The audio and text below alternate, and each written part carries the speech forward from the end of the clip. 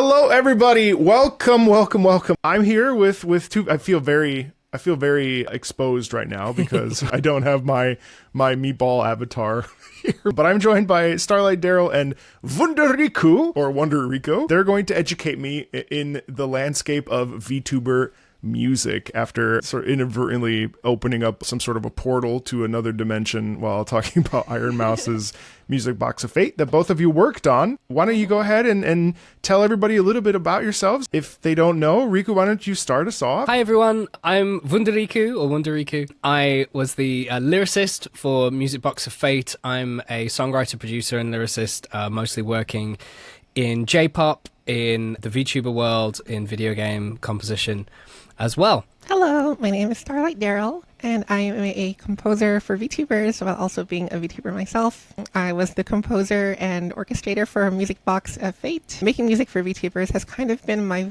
main thing full-time since around 2020, so wow. It's been a wild ride. You know, Riku and I were talking about this before we started, but did either of you recognize how deep the well went? And then also, did you recognize how much you would be able to actually be like making music in a totally it's a totally different landscape than, say, the classical world or you know, what we'd even consider a reality. For some people don't even know what VTubers are. You know what I mean? Like, I don't think if my mom watches this, she's going to be like, what's going on here?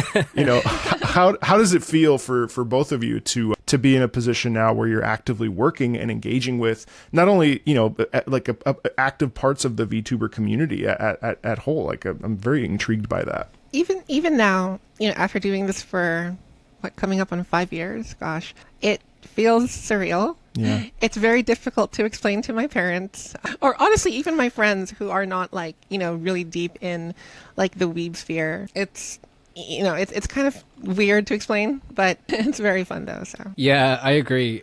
I think back in like 2020 was sort of when the VTuber boom happened. It was kind of this perfect storm of like everyone was kind of locked in from the pandemic, and then all of a sudden this kind of like new shiny thing was there to entertain us. And VTubers, for those who don't know, they're not AI. They're real people who use like avatars like this, usually anime themed avatars, which sometimes they'll have entire characters and backstory around them, and they'll be all kinds of entertainers, from live streamers to musicians and singers and performers. It's very much tied into J-pop, Japanese pop culture, and idol culture. And so like when this happened in 2020, I think a lot of us were really inspired by it. And myself and Daryl as individuals, like, have been around a little while trying to kind of make it as musicians, composers for a long time. And when the kind of VTuber boom happened, I think it was really a right place, right time for both of us, where we'd been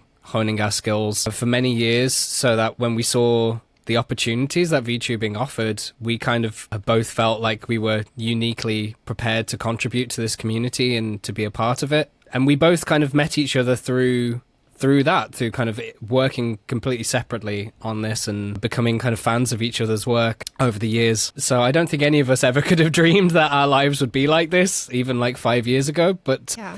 It's been such a wild ride. Well, and I was, you know, and that's an amazing thing. And I know I feel very much the same. I had a guest on yesterday for my Non-Gamer React series, and you know, I was mentioning how deep the pool goes when it comes to video games and video game music, or, you know, J-pop, or any of these like sort of genres or subgenres of music on the whole, and how much people really love music and the potential for you know, shared emotional connection and shared emotional listening and so on and so forth. I mean, I'm 3.5 years in, and I never would have anticipated that, you know, I could reach 100 million people. That's way more than I ever could have in my opera singing days. So yeah. It's sort of staggering to think, like, you know, both of you are actively working musicians, and you have, you know, classical sensibilities, and you're able to also, you know, tap into other genres and flex those musical muscles. I mean, it's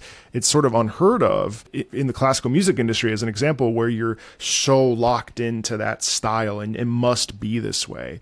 You know, I mean, Daryl, you know, as an example, like, well, both of you, I should say, like, you know, Music Box of Fate is a prime example of something that here's a modern tango with like classical influences that is a modern piece of classical music that was written, you know, in the last however many months / year. And it's perplexing to me that, you know, the classical music industry struggles to really retain this sense of relevance. And here you both are creating works that transcend the labeling of what classical music is and in a modern time. I mean, it's a very exciting thing to be around. Sorry, I just ranted for about 5 minutes expressing my excitement, but you know what I mean. That is an honor. Thank you. Oh, of course. Why don't we dive in, and then obviously we'll have more chats in between. The only person I've ever listened to is Iron Mouse at this point, so I'm a sponge. I'm ready to dive in. What you got for me? So I think what we could start with, maybe to kind of ease you in, is a little bit of, first of all, a cover. So this is going to be a cover of a Vocaloid song. There's a lot of intersection between the VTuber community, the Vocaloid community, the Japanese idol communities. These things are all very much kind of like tied into the same kind of ecosystem in a way. This is a cover of a song that in its original one, it's a song called Aishite Aishite Aishite by a Vocaloid producer called Kikuo. And this is a cover by a VTuber artist called Nerissa Ravencroft. Nerissa is part of a Japanese idol corporation called HoloLive. Oh, HoloLive. I played the game, that one game. Oh, really? Yeah, the Vampire Survivors, like... Oh, Holo Cure, I think. Yeah. Right? Yeah. Yeah. Yeah, nice. So HoloLive are a group who I've worked with quite a lot and written a fair few songs for HoloLive English in particular. Nerissa Ravencroft is a HoloLive English member who not only sang this cover, but also did the trans lyrics for it. So she translated the song into English and then wrote the lyrics, adapted them in an English way too. And yeah, I think vocally she's a very powerful and a very emotive singer, and the song's pretty crazy, so I'm hoping you'll enjoy it. 13 million views in 2 years. That's perplexing. So wait a second. So would you say that most VTubers tend to, well, most, obviously we're generalizing, but like, is there a tendency for VTubers to be, I made a tweet about this one time about being theater kids and stuff. Is that like a common, like, musically inclined or artistically inclined? Is that something that is frequent? I would say we're pretty all over the place, I think. Yeah. Yeah. It's definitely like a variety. I think there are plenty of VTubers who are very like inspired by idol music. There's plenty who are particularly on the Western side of VTubing who are a little bit more kind of like theater kid coded for sure. But there's lots of VTubers who are just like comfy streamers as well, who don't necessarily kind of like perform and sing. It really is kind of like a genre for anyone, really. I guess it bears mentioning that, like, there's sort of a term within the community called V-singer. That's how a lot of VTubers who sing describe themselves. Oh. Also, if I ask any questions that are maybe weird or hopefully not offensive, I just don't know. I'm, like I said, I'm a sponge, so I'm just kind of like taking it all in. I'm just asking questions as they pop into my brain because I want to get my education here. So, you know, bear with me if I say something that's like, actually. No, ask any questions that you have. We have the brain rot to help. Yeah. Well, let's listen to this. Whoa.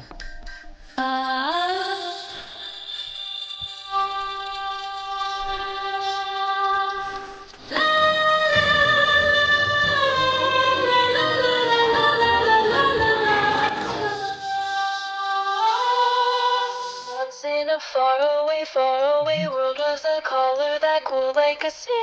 I want someone, please. I need someone, please. So I listened close as it howled at me. Please don't be angry and please don't abandon me. Don't leave me here on my own. Okay. It wrapped itself tightly, daily and nightly. Only with grace would it loosen its hold. I placed in the top of my glass. There's no one left for me to surpass. Don't I look cute in distress? I really must confess, it's hanging round my neck. Give me your love, all of your love. Give me your love, all you can conjure up. Give me your love, all of your love, till you come back with ecstasy. All of the hurt, all of the ache, call me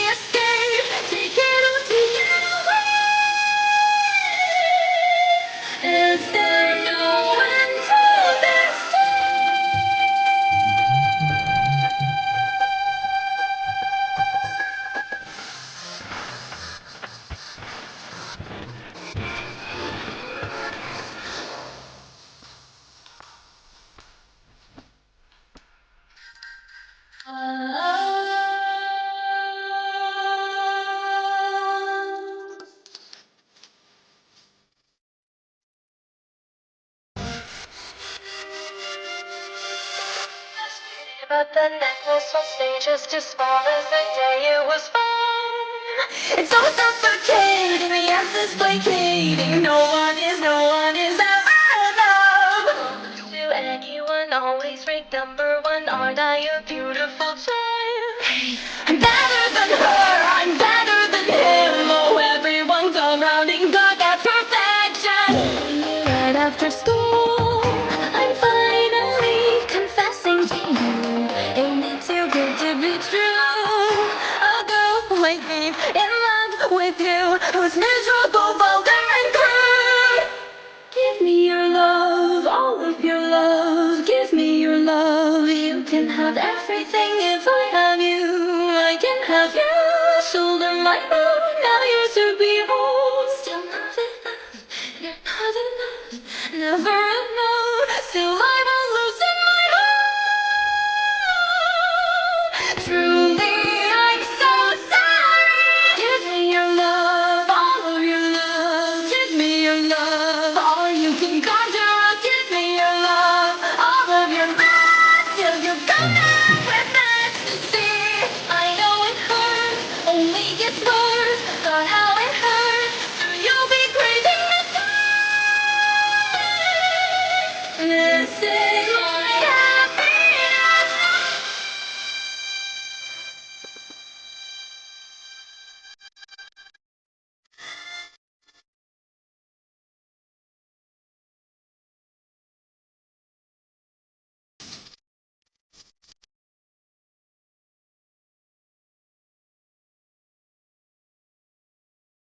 This is my happiness.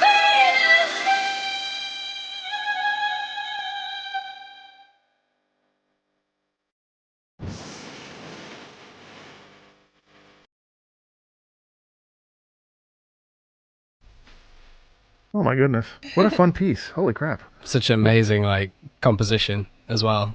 Wow. Yeah. Oh boy. I have some thoughts. My gosh. I mean, first of all, like I see why someone would become totally enraptured with like not only like the a VTuber and like, you know, but also with like the musical capacity for some of these folks to like deliver like what an incredible performance. And the thing too is that it's all just like a music video. Like it wasn't even, you know, live. I mean, my gosh, my first cover video, 13 million views. I could see why. I mean, the pop-ups are so fun. Like, Yeah. like, and then the random vibrato that comes in and is like really, really clean and nice. I mean, I was so impressed by the consonants and by the like the fluidity of the storytelling through the like lyrics and through the words and the articulation and the sort of mad funhouse kind of vibe throughout the entire piece.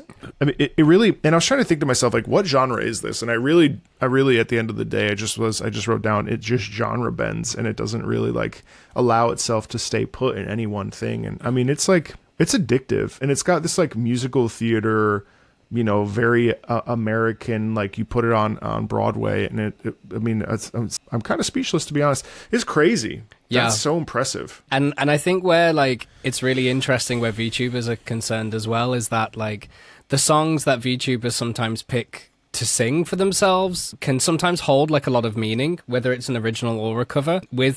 With Nerissa Ravencroft's character, she's essentially kind of like, she's like a demon of sound who kind of like lures people into a spell through her song. So like that whole character setting like ties into this song choice then as well, because you can see how she's sort of like, even in the music video, her eyes are just like piercing directly at you, like she's trying to like wrap you under her spell. So yeah, it's part of the magic of VTubers, I think, is that like it's not just about the music or the characters or the real person behind the character. It's about all of these three things like coming together to make something like really special. Okay, so well, I guess it depends on the person, but in general, VTubers, it's mask work, right? Is that what I'm understanding ultimately? Like it's like characterization and individual, or it's yourself. It's either or, right? Yeah, really. I mean, anything goes. Yeah, you have some VTubers who lean really, really far into the kind of character work, and you have other VTubers who are a lot more just kind of themselves. But either way, like I kind of always believed that the characters and the lore that VTubers choose for themselves are in some way like supposed to be a metaphor for their real life, or at the very least like represent a version of themselves that they want to kind of portray it to people. So yeah, when it comes to song choices, I think they're always really interesting, and they can be really important when the song and the character and the real person all intersect in an interesting way. Yeah, absolutely. Because there's a blending, and there's like, in this particular song, it really felt like there was this desire to be seen and to be understood, or obviously it's love me, love me, love me, or, you know, but the impetus there felt very much like it was, you know, wanting to be seen and understood or embraced and, you know, sort of accepted or, you know, not necessarily loved, like as we would define the term, but in a more like, you know, existential, like we all have the need to be perceived and felt and seen and connected with. And that to me, even though it had that air of like enrapturement that, you know, you kind of entangling someone or something, that's all still from the basis of like the desire to be valued and to be wanted. I thought that was really interesting. What an interesting piece. And all through the veneer of like this real like kind of playful kind of sound. It's really interesting. Yeah. Gorgeous stuff. That's beautiful. I want to listen to it again. How can I have to listen to it again later? I mean, it's like so good. Like that's the kind of stuff you can put that on the radio. You know what I mean? Yeah. Wow. And it's a song that has been like covered by a lot of people as well, and quite some like even some very famous J-pop artists like Adele have done their own spins on the song as well. But it's cool because like with Vocaloid, you know, people program in and tune by hand the vocal synths to like sing the parts originally, but then that means that there's a lot of room for interpretation for real performers to do their own versions of it. And I think that's where it intersects really well with the VTuber community, where VTubers can kind of take these Vocaloid songs and really make versions their own. Why do you think, and it's probably because of the sort of the Japanese, like the Oshi concepts, and I've just discovered all of this, like I was playing Uma Musume like, I don't know, a month ago, and they, you know, doing the whole like the diva songs at the end, and people were explaining to me this sort of subculture of like what, you know, the diva concepts are. But, you know, I forget my question, but I started thinking about horse girls all of a sudden. I blacked out there for a second. It's kind of talking about like Oshi, like the concept of an Oshi, right? Why do you think that draws people in, and why is the intersection there with VTubing and Oshi and that sort of thing all connected, if it is connected? Like why do VTuber fans sort of participate in Oshi culture and things like that? Or? Yeah, like why are they drawn to it so that like a video like this one gets 13 million views in 2 years? Like what's their, sorry, I must have not formulated the question. what do you think draws people in like this? I think a big part of it is that idol culture is a lot more accessible for audiences to participate in actively, I think, than normal kind of pop star culture often is.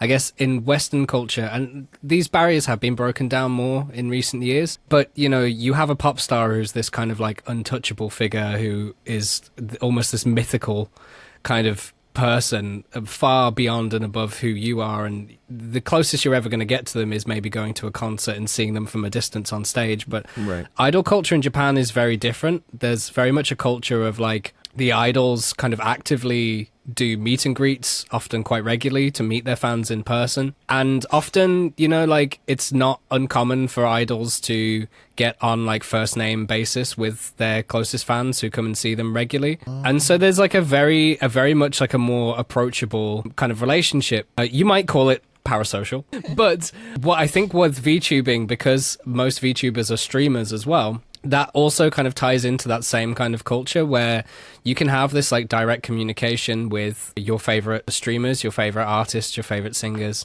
and have this kind of like communication with them in some way. And then also because of that, you become part of this community, whether it's in like IRL idol concerts or VTuber streams. You get to know the other people who are coming to the concerts or who are in the chat or in the Discord servers or whatever. And that's where kind of community forms, and then new friends are made, and you all have this like shared love of something that you can share in together. And it becomes this really magical thing, I think. I think community really is at the heart of it, to be honest. Yeah. And there's also this element of idol culture, where the idols themselves are constantly striving to become the best version of themselves and to constantly better themselves, whether that be their singing or their dancing or what have you. And I think that a lot of that also has kind of carried over into VTubing. I find that people are really, really, they fall in love with the whole ride of, finding a VTuber that you like and sort of seeing a little bit of themselves in their favorite VTuber, just watching their favorite VTubers like improve and overcome obstacles and do amazing things. Yeah. Wow. Yeah, they very much become these like inspiring figures, right? That the story of Iron Mouse a little bit now after kind of Music Box of Fate and everything. And I think there's a reason why she is one of the most iconic and popular VTubers kind of out there right now. And I think it's because like the inspirational story that her life just naturally is one that is not only like compelling to kind of be a part of from a fan perspective and from a listener perspective, but it's also deeply, deeply inspirational, not only to other people who might have chronic illnesses, but to just general audiences who I know I've certainly found this as I was an Iron Mouse fan like long before I was able to write a song for her, right? And there have been plenty of times over the last few years in some of the hardest moments where like watching an Iron Mouse stream or listening to Mousy talk about her condition has left me feeling like, wow, if Mousy can do this, then like I sure as hell can keep doing what I'm doing and strive to achieve the best of what I can achieve too. And I think that's a really magical part. I think I didn't know, but I certainly, maybe that is a corner of this landscape that I didn't maybe take as seriously or understand, not from a place of like, malice, obviously, but it's like, I think whatever helps people to open up and to be able to share their vulnerabilities and because we all have our individual struggles that we are working towards improving and bettering. And if someone can attach themselves to a person on the other side of a screen and a character or, a persona or whatever, I think that can really, lead to real massive improvements in people's lives. And I mean, on a smaller scale on my end, it's like, I know a couple who's gotten or is set to be married because they met in my community, or, Wow. people have told me that they've gone to music school and because of, my influence, or have like, even just the simplest act of like, I'll never listen to music the same way because of, your videos and stuff. And it's like, I find it really fascinating, that VTubers can actively like improve and change people's lives for the better just by having them be in the space. And, you mentioned Iron Mouse, obviously, and it's sort of been interesting to stop by in streams and sort of try to get to know the community a little bit there, and having all of those folks having come into my initial video. The defense of Iron Mouse and like letting people know, explaining everything that she's gone through and how proud they are and it's all very fascinating and beautiful, a little overwhelming. I mean, that's a fast chat and I don't know how people even manage to engage in that. My chats are much slower and it's a very intriguing experience to witness like hundreds of thousands of people at times, or at least like several thousand people gathered in a place for a person that they believe in and feel emotionally connected to. But then in my mind, I think to myself, well, that it's like, well, what the parasociality is so interesting to me just because of my own, maybe because I'm a flesh tuber. So there's maybe a scene element that is a little bit overwhelming at times when you're seen as naked as the day I was born, essentially, compared to both of you in this moment. And, do you feel that in some ways VTubers have more of an impact than, say, a flesh tuber who, is that the correct term, by the way? Is that some sort of derogatory thing I'm saying? No, flesh tuber is what we, I think, affectionately refer to. Right. That's not the official title of Yeah. I'm throwing it out here. But like, do you feel like people maybe attach themselves more to VTubers? I think that by virtue of VTubers generally being ultimately characters on a screen, right? Right. Even if they have their real life struggles and accomplishments, there is still the fictionalization element of it. And I think that I think that it sort of creates this really fascinating scenario where people can like a VTuber in the same way that they like an anime character almost. Yeah, and sometimes it gets kind of compared to wrestling a little bit as well. Yeah. In that same kind of like kayfabe kind of way where there's, you know, there's like a real person, but there's also a character that the real person is playing at the same time. But like the magic is that there's usually some like crossover where the fictional and the real kind of meet. And I think for a lot of people who are into VTubing are often also into the anime community as well. And I don't know if you have this as well, but like, I don't know, if I'm watching like an animated movie, there's probably like a 75% chance that I'm more likely to cry watching an animated movie than I am like watching like a movie with like real people in. That's just kind of the way my brain is wired, I think, where like for some people, I think fiction and fictional worlds and animated worlds can like give us a safety net to be able to process our emotions and experience our emotions through in a slightly like detached from reality way that makes us feel like safer to experience them. Yeah. And so with VTubers, it's like, yeah, you get that, but then you also get the real person as well, which kind of makes it hit home even more. So when there's like a VTuber who is sharing their struggles, their achievements, their accomplishments, their goals, their journey with you, you kind of get wrapped up in all of this mixture of like the fictional character, but also the wonderful real person behind that character. I think there's a magic to it that really can like bring you along for this kind of whirlwind journey that makes something that is really unique, I think, to VTubing specifically. It's a beautiful thing. And I think the art form of VTubing is that like how much a VTuber injects of how much of their real self they inject into their, you know, streamer persona, which I imagine is not terribly dissimilar to, you know, what a flesh tuber would do. You know, you can create different types of experiences, you know, depending on what you want to do. And, you know, like a VTuber could be completely fictionalized, like completely role-playing, you know, whereas others, such as myself, are, you know, we're just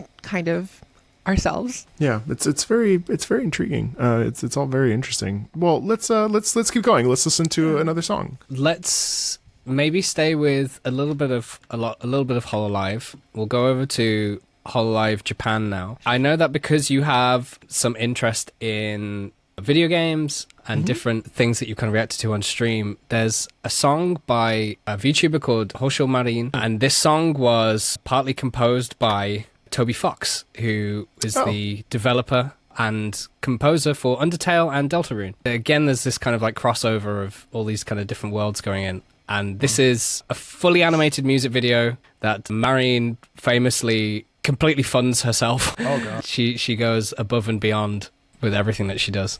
Yeah, okay. So this is Dead Man's Chest, Hololive, Hosho Marine. Wow.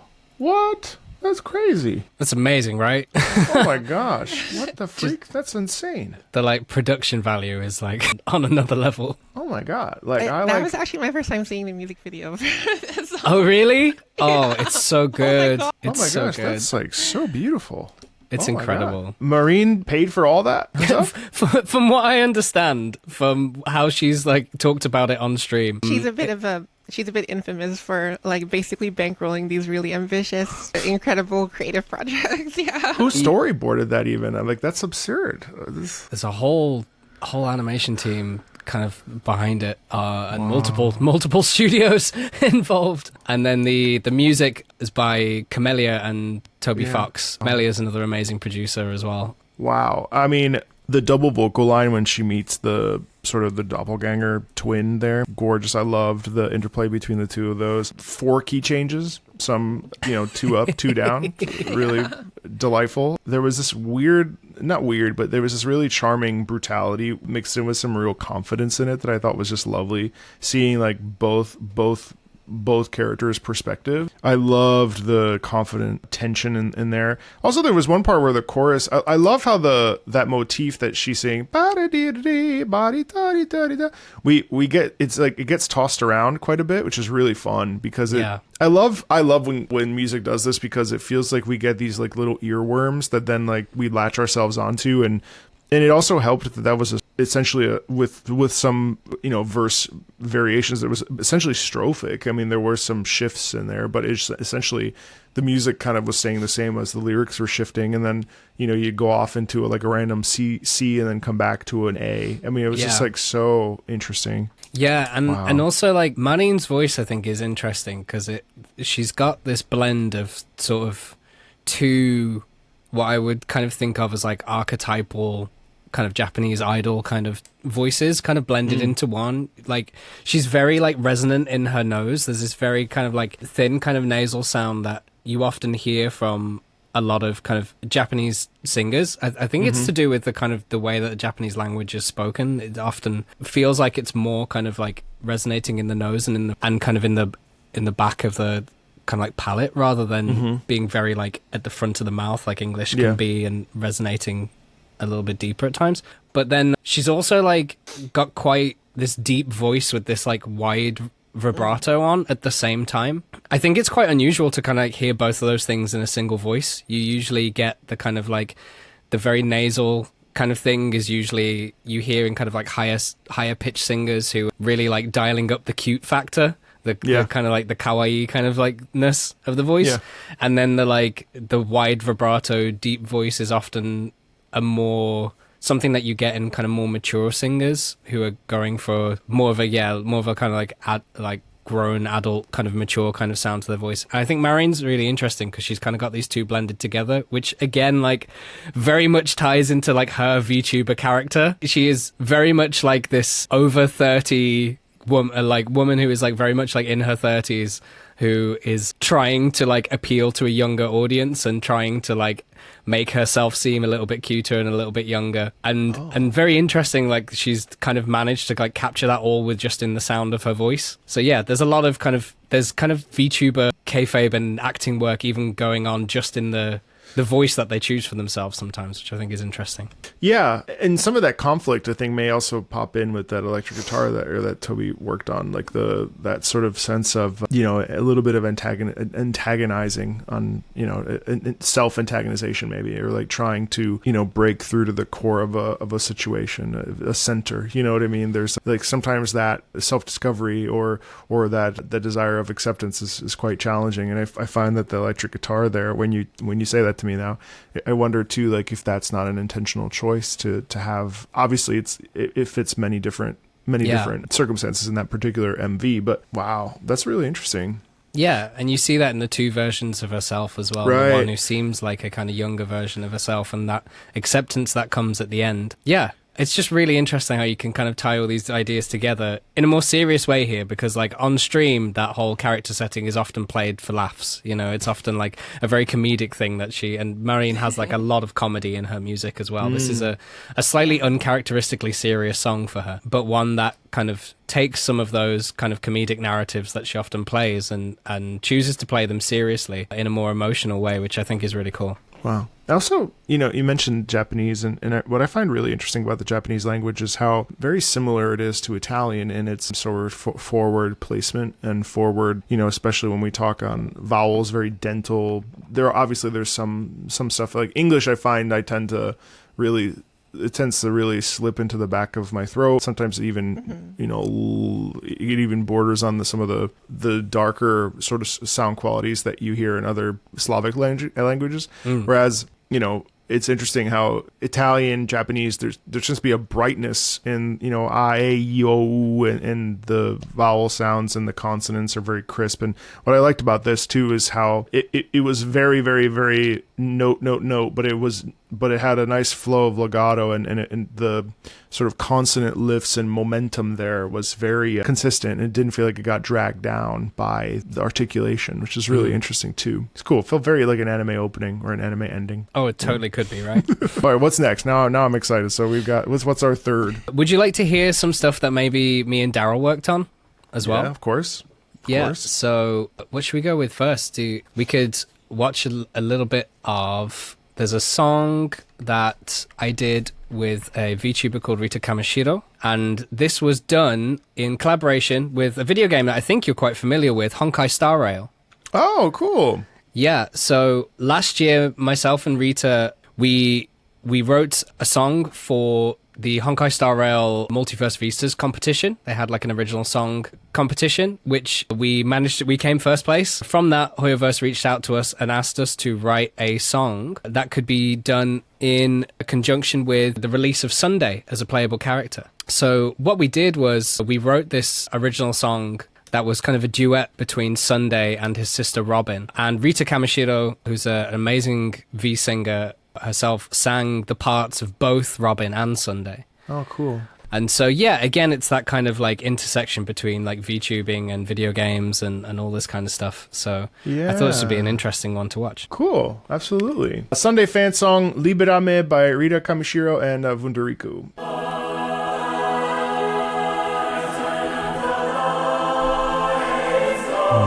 Lost in a dream, you built your cage.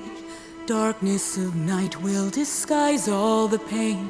The bird might be safe if you take its wings away.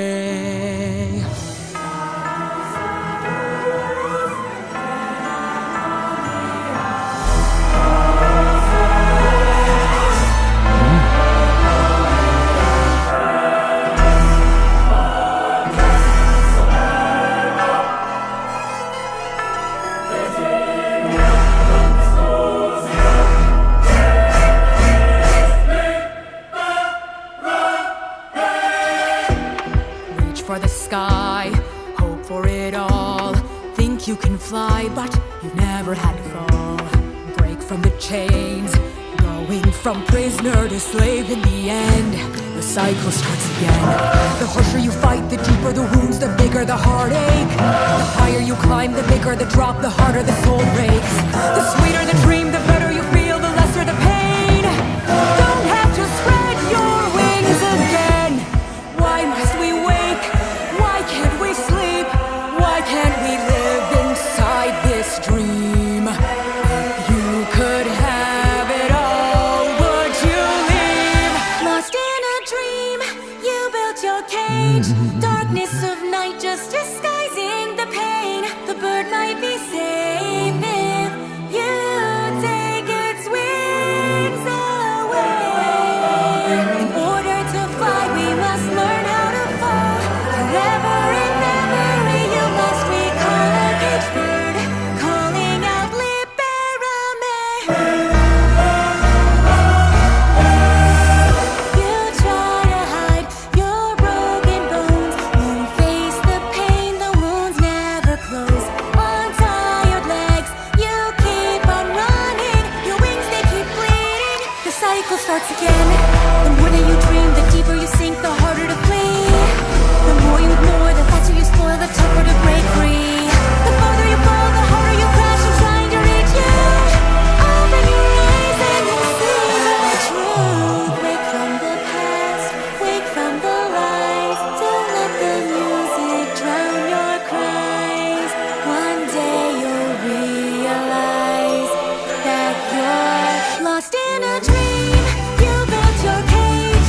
Darkness of night just disguising the pain. The bird might be safe if you take its wings away.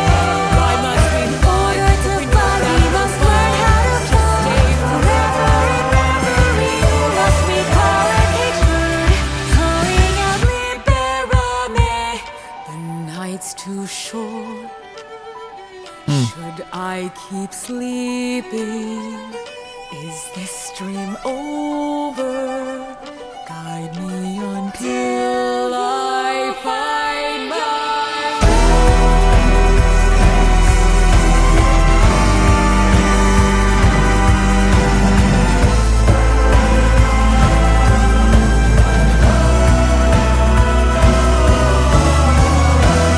gilded dreams can't save my soul. Trapped in a cage of gold, can't do this on my own. Lost in a dream, I built my cage. Darkness of night just disguising the pain. I thought I was safe, but they took my wings away. Free from the dream, within the cage.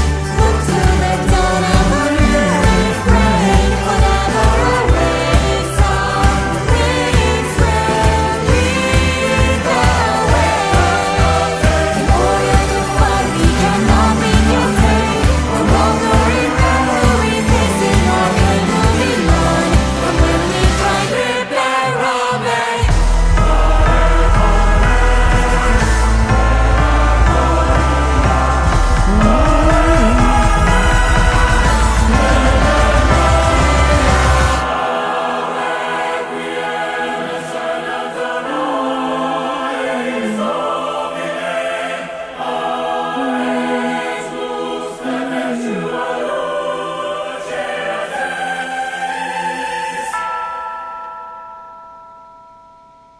all these songs are too short. They're all 5 minutes, but it's like, you know what I really like? I've like every single one of these songs has had like this thing where the story pacing is so good and the musical pacing is so good that whenever they end, and you can kind of feel when they're starting to end, you kind of just are like 2 more minutes. And it's interesting how like a 5-minute song can be so long if it's bad or if it's like not enjoyable. And yet this is the third time.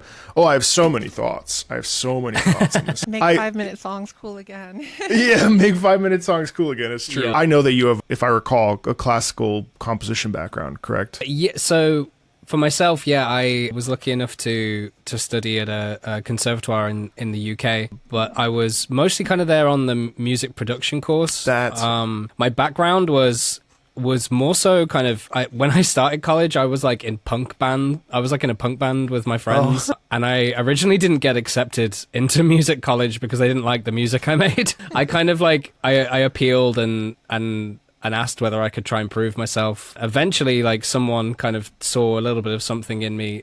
So while I was at music college, I really just tried to absorb as much as I could when it came to classical and jazz and folk and try and immerse myself in as many different kinds of music as I could. You hear the influences, and I think what a couple of different things. First of all, obviously that felt extremely musical theater coded. Yeah. 2000s, like 2010s, 2020s musical coded, which I adored. I really enjoyed the mixture of very religious, obviously the characters themselves, very Sunday especially, obviously named after the Lord's Day, Yeah.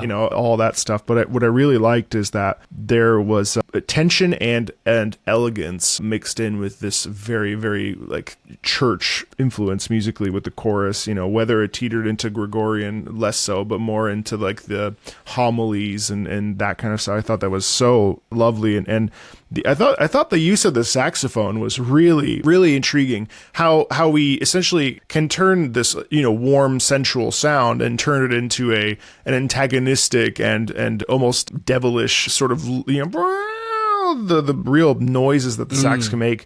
So interesting. And I loved the sharp choral dissonances in there, especially when Robin was coming in. We had that jaggedness. And what I ended up sort of discovering as the piece went on is how much both of them have this, they're both trapped and they both have this sense of guilt and this need for a release. And Rita, between the mezzo and soprano sound, it really takes us all the way back to the 1800s and Schubert and the ideas of mixing characters with, obviously we have this with Jekyll and Hyde and so on and so forth, but also going all the way back to Schubert when we think about a piece like the Erlkönig or, any sort of vocal manipulation to highlight multiple characters is a real feat. And it sounds easy and it sounds really casual to do and very simple, but it's actually immensely complicated and really just exceptional mixing and matching, and then especially when they're in harmony. I told you I had a lot to say, especially when they're in harmony with each other. That is not easy,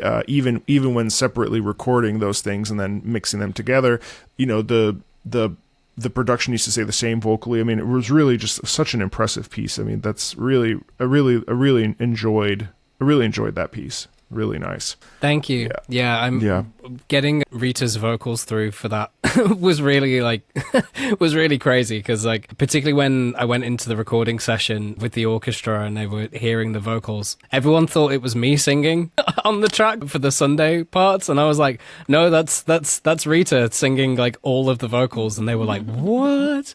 Wow. She worked really, really hard. She did a lot of research into vocal manipulation and to try and capture that kind of like sound for Sunday. And I think there's something also that I think there is something special about both Sunday and Robin being sung by the same voice and showing, because story wise they are like two sides of this same coin of brother and sister who kind of shared the same trauma but had different upbringings that meant that their perspective on processing that trauma was very much kind of opposite. And that's really what the story we were trying to tell here. Well, it comes across, certainly. I also love that you used an actual orchestra. Both of you have, obviously, in various projects. When I have these non-gamers on, I think one of the biggest points of frustration for them is how often VSTs are used, and modern approaches to emulation manipulation of sounds, and to hire out an orchestra and to get an orchestra is really like such an, I think I personally don't necessarily see the difference, because to me, ultimately what matters is that the emotion's getting across,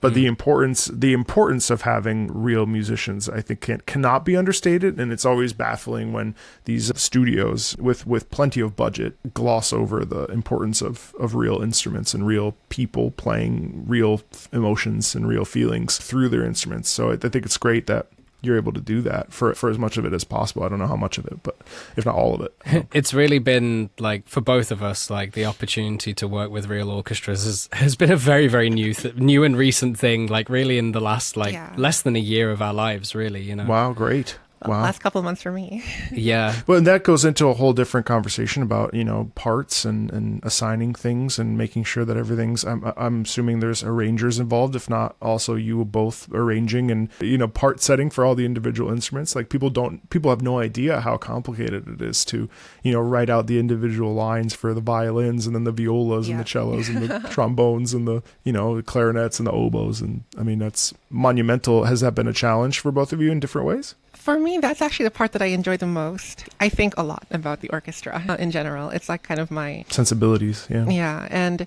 I find that is one of the parts of the process that I enjoy the most. I do have an assistant who I've recently hired, who's also a VTuber herself. Yeah, I'm Albat. Yeah, she was the one who helped me with transcribing the Music Box of Fate score. She has a classical upbringing, whereas I don't. So she's been a huge help. Sanity checking my orchestrations and making sure that I'm writing stuff that can be played. Yeah.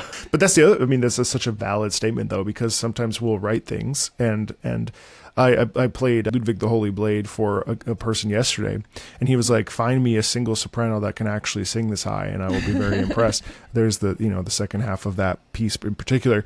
And it made me chuckle because it's like, sometimes we can write things and not, a computer can do it. But when you go and plug it in with real people, it's like the sensibilities need to be, you have to be very sensitive to how a singer can navigate through the passage up into the upper register, or how the violins can manipulate the strings and their flexibility of their range and stuff. It's all very interesting, Yeah, you've really got to be conscious of just what you're working with. In the case of Music Box of Fate, we only had a 30-minute long recording session for the orchestra. They literally sight read it in the first 15 and then got a few good takes in the latter 15. Wow. If it was any more complicated than that, then I would definitely have booked a longer session. Yeah, well, let's also disregard, the financial aspects of that also, because they get paid per book and however long the book, plus they have their unions and they have to, there's certain time limits and things. I mean, it's the pressures of making sure that things are functioning and I remember I had a colleague who was doing a solo album, and the amount of times that they had to get in there and do the takes, and if it didn't work out, they had to go back in and re-record, and there's only so much time, the labels hey, we gotta, we're on a time, all this stuff. So I mean, I think it's amazing that you're able to grab these orchestras and really, I'm so excited. I mean, hopefully that means that there's more opportunities for both of you to collaborate with full ensembles and whatever that means. Because I mean, my gosh, it's such an interesting and fantastic challenge too, I'm sure, right? Yeah, I mean, any opportunity that we can get, I think we would immediately hop on it to work with a live orchestra or live musicians in general. Yeah, it's just so magical, and it's such a privilege to be able to do that, and it's something that I don't think either of us, it's a dream that both of us had, and not one, I think it was a dream that maybe both of us had at some point in our life accepted probably wouldn't come true for us. But the fact that, we just kept on pushing through, doing what we're doing, and then eventually just these opportunities came up, and as soon as both of us were kind of in positions where we could look separately with our own kind of projects, like me with LIBERA ME was my first kind of orchestral work, and then which was 8 months ago, and then Daryl with Music Box of Fate as her first one. We both have enter into this time in our lives where we're privileged enough to be wait, we could get a real orchestra. We can actually get real people involved in this. It really is dreams coming true that I don't know if we ever thought would come true. Well, through the VTubing space too, which is even more fascinating to me.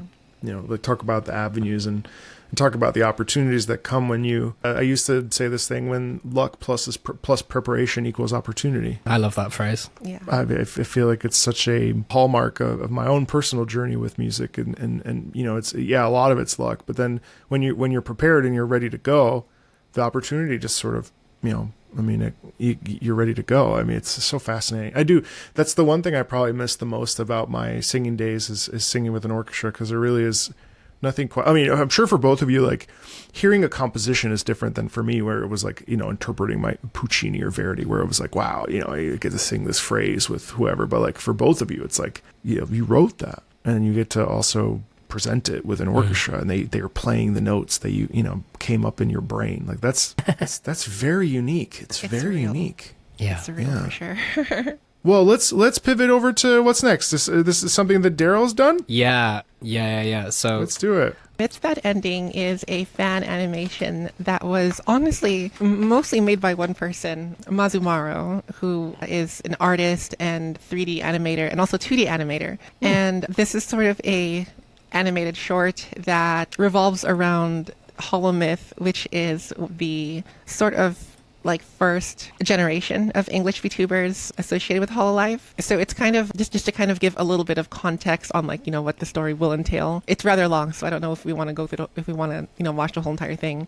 But the premise here is that there's this girl, Ina, who would otherwise be a normal human girl, but she's also kind of the vessel for this otherworldly eldritch like horror kind of thing, and that eldritch horror has completely taken over. So her friends are trying to kind of contain that and prevent her from destroying the world. And so I did the soundtrack for this mostly as a sort of fan project, like response to Mazumaro's fan project. Oh, wow. Yeah, because he had been posting kind of these work in progress previews on Twitter, and I just thought it was so cool, and it was a really good opportunity for me to practice scoring to film. Yeah. And so I was doing that sort of as a casual fan project, and then I just told him one day, I sent him the files that I had been working on, and I was like, hey, if you'd like to use these, you're more than welcome to. And he actually was like, oh, why don't you just compose the score? Oh my God. Officially. I was like, really? So yeah, that was sort of how that collaboration started. And so I kind of went back, redid a lot of the score, and there's a lot of elements in the score that pull from musical themes that are associated with these VTubers. So either like their theme songs or background music they've used in their streams, or their vocal songs that they've released. And I did my best to kind of wrap that all together into a cinematic, like motif driven piece. So Wow, that's cool. So I mean, the whole thing, you just said it's all like motif writing. And yeah, pretty much. Variations on themes. Wow, so interesting.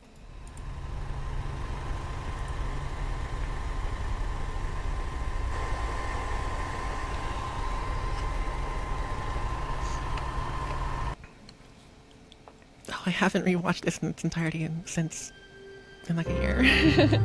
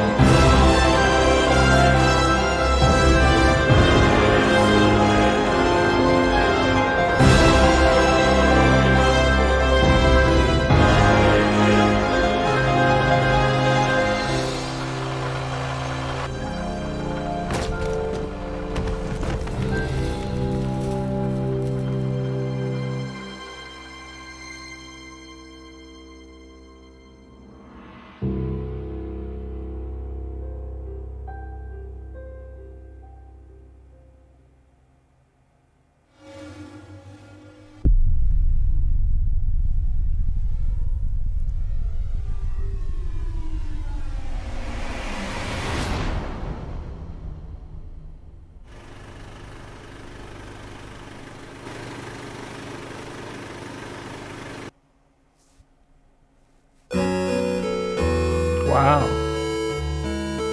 And there's credits too.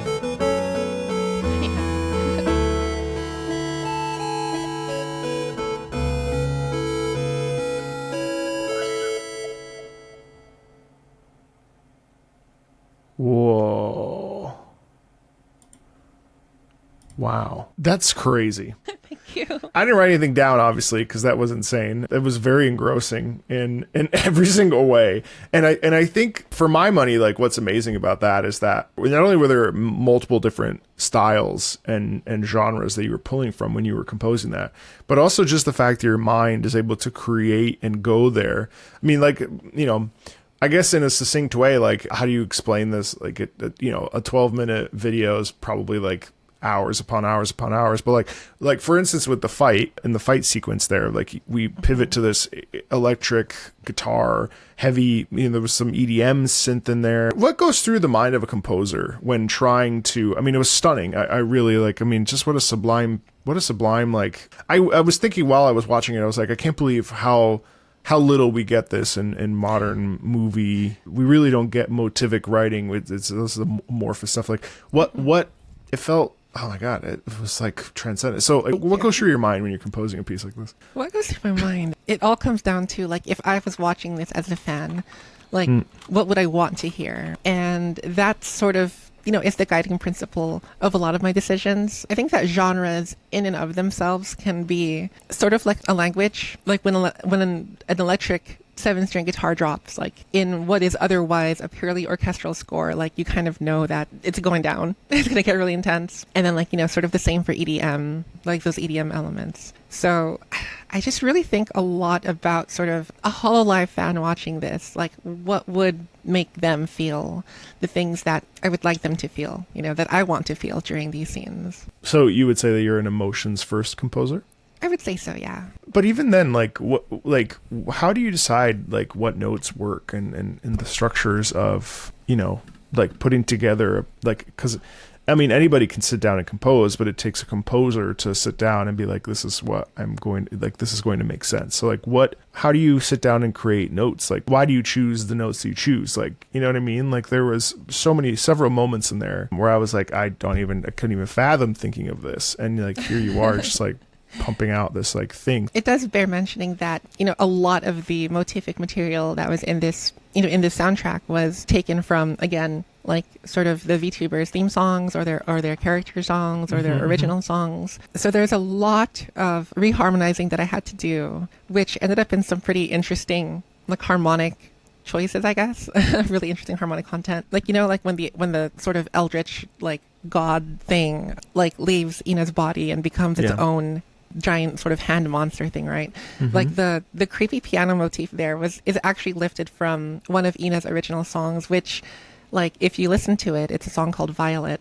If you listen to that song, there's absolutely nothing, like, creepy or, like, unsettling about it. It's a very gentle, very, like, emotional sort of power ballad song, but reworking that motif to be something that is unsettling, I think, is something that's something that I really enjoy in scoring to picture. A lot of this starts with me just really loading up my DAW, and I have my, my orchestral VST template loaded, but really a lot of it just originates with, like, me playing the video and just kind of noodling along with piano.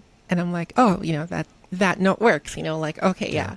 And then that's sort of like the starting point for what a lot of the compositional choices end up becoming. Oh my gosh. I mean, both of you, it's like magic, like, that's not, it's such an abnormal thing that, like, people don't go to this place and think about these things and, articulate themselves in that way. And I say this because as a person who, like, I'm a musician myself, like, I mean, there's nothing I could imagine doing less than trying to sit down and compose a piece. Like, that's just not something that's in my DNA or a desire, even remotely. And, I used to wrestle with this fact, especially in the YouTube space, where there's a lot more of the composers talking about music and stuff, whereas it's like, well, the emotional component is what I'm really good at articulating and expressing. So I guess that's my special skill, and listening to it and deciphering what sure. But, I mean, just the act of composition is such a staggering, monumental creative process that is so outside of the scope of normal, everyday people. It's like just really, I mean, I commend you both, obviously, but in this particular case with like setting to picture, that's like such a fascinating thing. I mean, wow. I mean, I wish I had notes. I don't have notes. You don't need my notes, but it's like Something that's really, I think, important to mention is that there are probably hundreds and hundreds of ideas that didn't make it into the final product that were just like, me hitting record and noodling around on the piano, and just it kind of feels like you're building a puzzle and you don't know what the puzzle is supposed to look like, but you sort of have this vague idea in your head of what it will look like, and you're just kind of cycling through pieces over and over again until you kind of start Get there. Until you start to kind of get an idea of what the puzzle is supposed to look like. So it gets exponentially easier, like once I kind of had set the tone of, okay, what does Mid's bad ending sound like, and then like, how do I fit everything that I want to fit into this 12-minute narrative, into my DAW, then it becomes a lot more natural. fascinating. Yeah, and as composers as well, I think we bank a lot of things in our like musical memory of like chords and intervals and phrases and rhythms and all these kind of things that have like emotional connotations to us, and some of those are like quite culturally universal things that like most people would probably find like this interval leap of a major seventh over a major chord to have this kind of like melancholic poignancy to it, or whatever it might be. And some of it is also down to our own individual expressions of music and our own individual interpretations. But the longer you compose, the more you kind of build up this sort of library of ideas and concepts that you can then sort of either choose to draw from, or you can choose to try and subvert the expectation of whenever you're composing. It becomes part of your toolbox, and you can either choose to use it or choose to subvert it. And I think it's a part of that puzzle that I think both myself and Daryl like really love exploring as much as we can. And it's the thing that we enjoy about the process the most, I think. Yeah. Yeah, I think I mean- like to a degree, you kind of internalize those, that bank of, musical phrases, chord progressions, like voicings, like intervals. You kind of internalize a lot of that. And at a certain point, you can kind of go into autopilot. When you want to paint a certain emotion, you kind of naturally know where to go because you've spent so much time thinking about this stuff. Yeah. Well, I never realized that helps a lot to understand that, because I mean, I certainly did that in my own way with, you listen to 100 different versions of how to sing whatever, whichever listed, and then you try to mix and match your own so that it makes sense and not get too bogged down. And I mean, it's pretty cool that you can like, take, I don't know, something you hear for like a Zoltrak from Freerun and be like, ooh, I really like this chord structure, or I really like how the phrase descends. Let me put that in my bank so the next time I have to do it, and then you just whip it out, and it's very interesting. Wow. Yeah, cool. Well, for the sake of time, let's keep going. What's next? I've left something quite special for last. This song is kind of one of the most iconic VTuber songs that exists, really. The cultural impact of this song within the VTuber scene can't really be overstated. And it is by another Hololive artist, Japanese Hololive artist called Hoshimachi Suisei. This is my favorite VTuber song of all time, and I think it's yours too, Riku, right?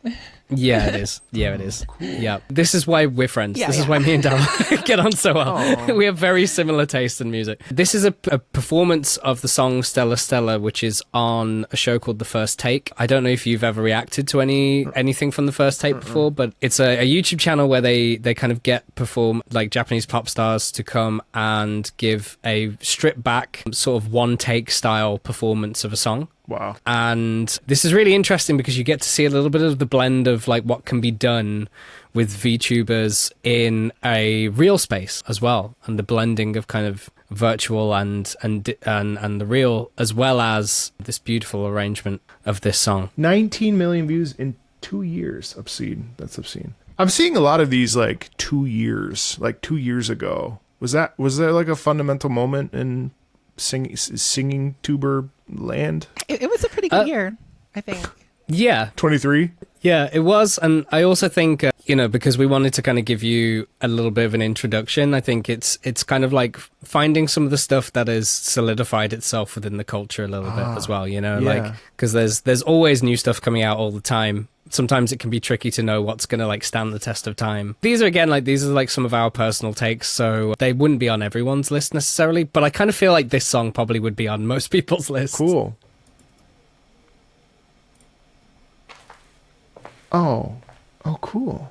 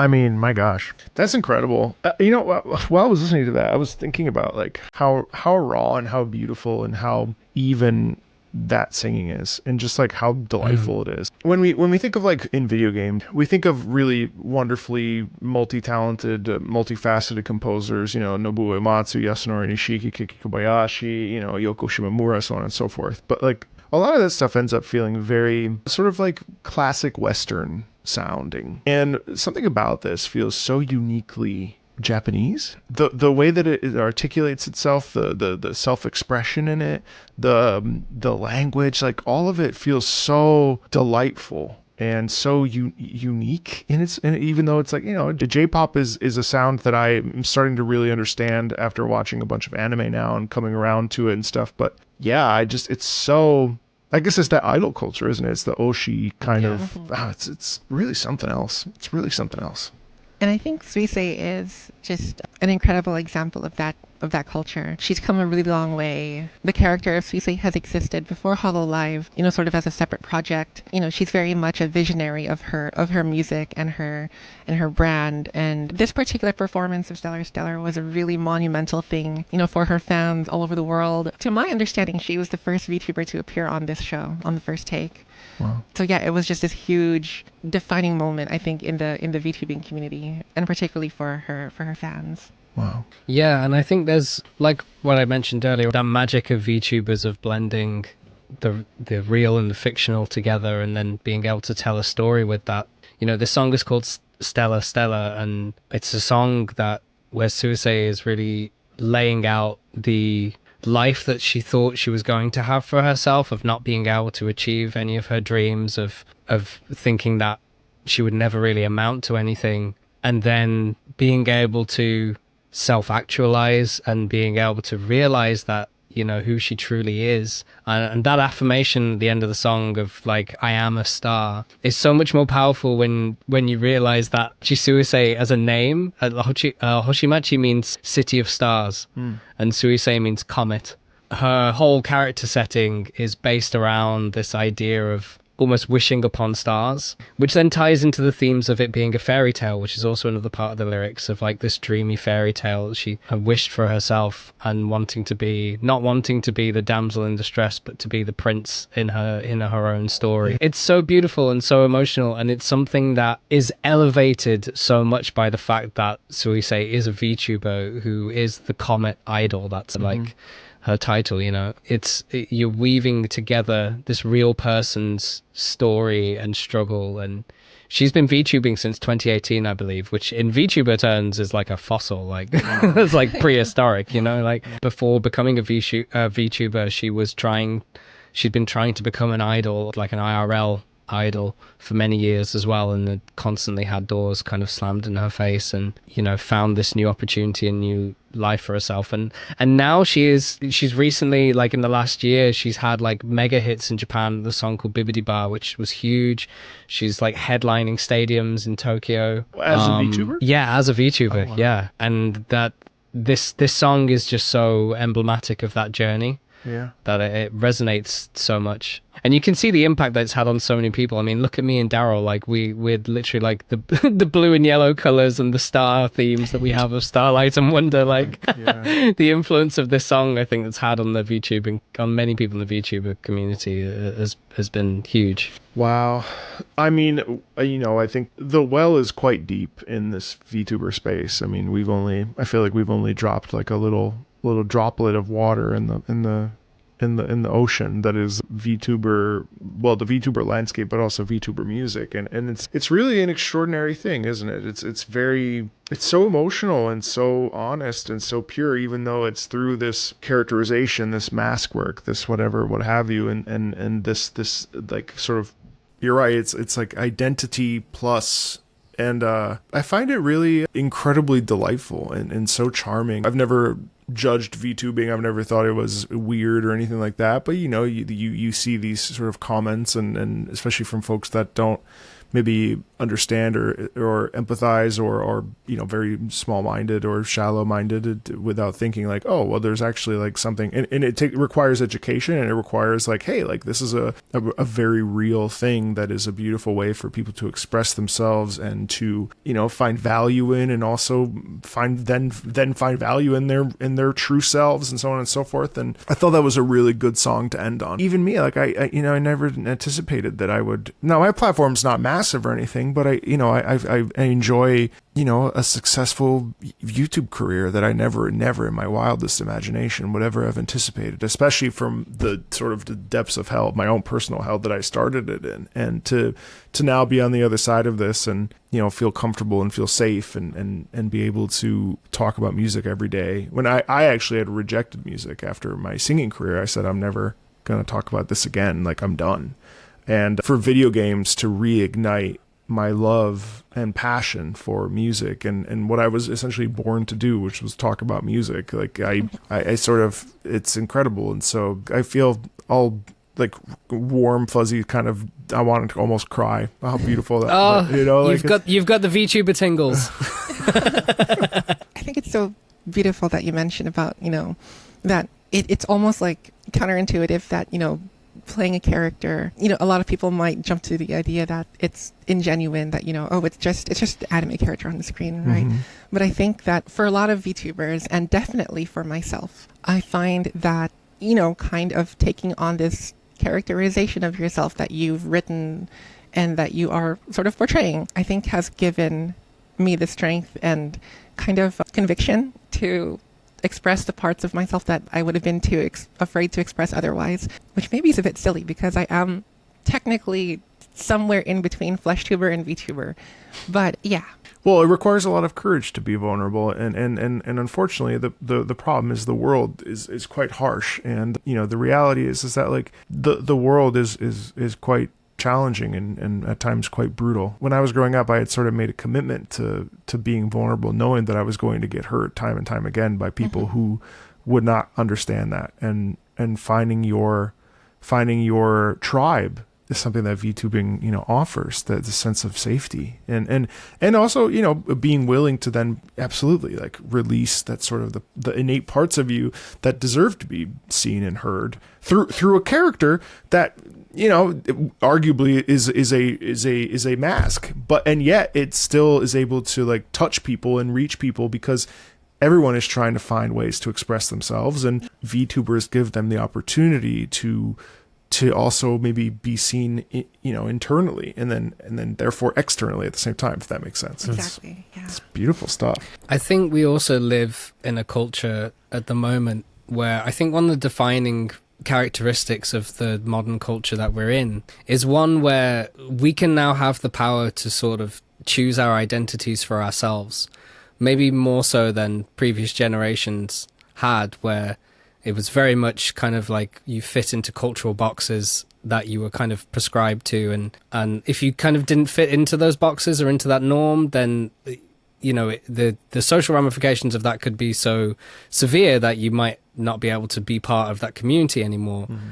I think one of the most powerful things about our current culture is that the digital space, as well as kind of in real life spaces, are more and more giving us, like anybody, the opportunity to embrace the identity that they want for themselves. Like we have that power to choose who we are, to be who we are openly. And I think the digital personas that we take on for ourselves are also an extension and a part of that too. And I think VTubing is just really emblematic of where we are culturally right now in that kind of sense. And to see that then being expressed through music, for people like us in particular, where the expression through music is probably one of the most important ways of expressing emotions, it becomes even more powerful. Yeah, 1,000,000%. It's like a double whammy of emotional vulnerability, right? It's really amazing. And I thank you both so very much for taking time out of your days to come on. And, I'm grateful that, I literally was on a live stream last week and someone popped in and they were like, oh, Iron Mouse made an opera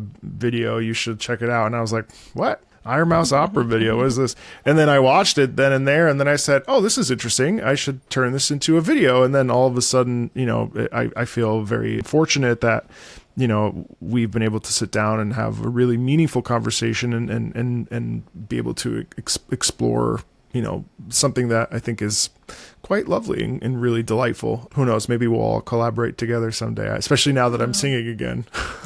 Yeah. Thank you so much for having us. Yes. Yeah, of course, thank you. Of course. I'm so happy that Music Box of Fate was the kind of window for you into the VTuber world, and that we've been able to take you a little bit deeper in. Yeah, thank you so much. And thank you everybody for watching. I hope you enjoyed this, and yeah, we'll talk to all of you very, very soon. Take care and be well. Bye, everybody. Bye. Bye. Bye.